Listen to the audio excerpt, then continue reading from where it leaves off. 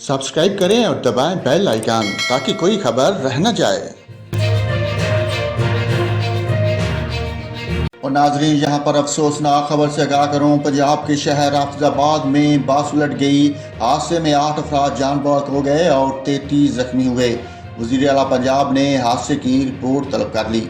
Rescue काम के मुताबिक सुलंगी खरल के करीब बस तेज रफ्तारी के बहस उलट कर जोहन में जा गिरी। हादसे में 6 अफराद मौका पर जान बाहक और 35 जख्मी हो गए।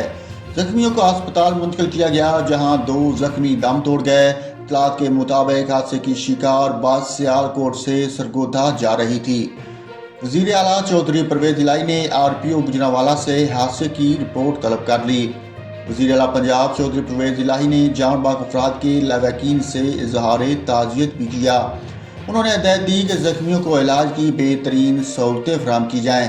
नाज़रीन, आपको पंजाब के शहर हाफिजाबाद से आगाह किया है, जहां एक बस हादसे का शिकार हो गई। हादसे में 8 अफराद जान बाहक हो गए और 33 जख्मी हो गए। रेस्क्यू काम के मुताबिक बस हादसा तेज रफ्तारी की वजह से पेश आया। बस उलट कर जोड़ में जा गिरी।